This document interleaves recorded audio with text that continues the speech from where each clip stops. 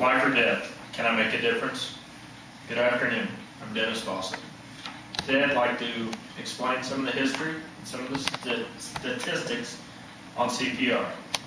I'd also like to show a brief few slides on how to perform CPR thanks to Google Images and the American Heart Association. I've been an EMT for 12 years, or have been an EMT for 12 years. I've seen the ups and downs of CPR. I've held a lifeless 3-year-old in my arms and got her back. I've seen the downside of CPR. The first person I ever did CPR on was my grandfather. He didn't make it. I've done CPR 18 times in my life. Save ratio is not really good.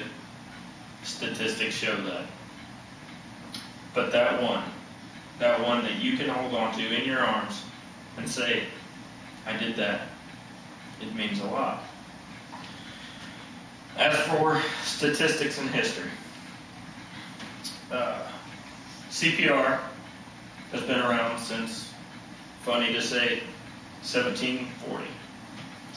The first known case of mouth-to-mouth was recognized by the Paris Academy of Science.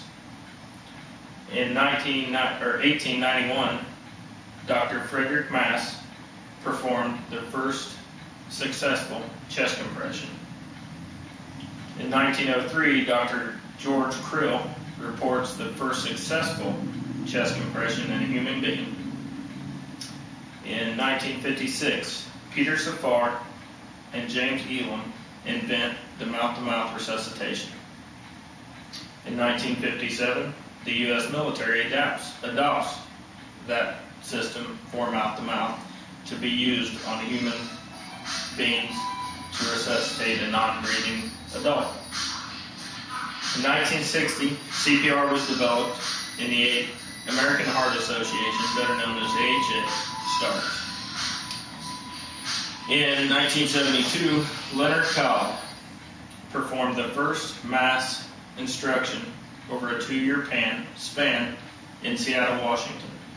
He was personally responsible for instructing over 100,000 individuals, citizens like ourselves, in CPR.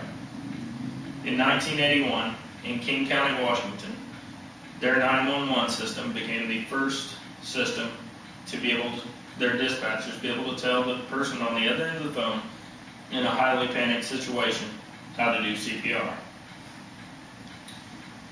Some factual stats in an article from the American Heart Association on April 26th of 2010. The EMS treats nearly 300,000 cardiac victims each year. Less than 8% of those victims survive outside the hospital without CPR.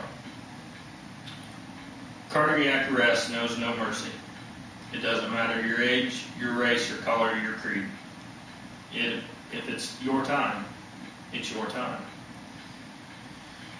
Less than 1/3 of the people that have cardiac arrest outside the hospital survive. It's an alarming stat.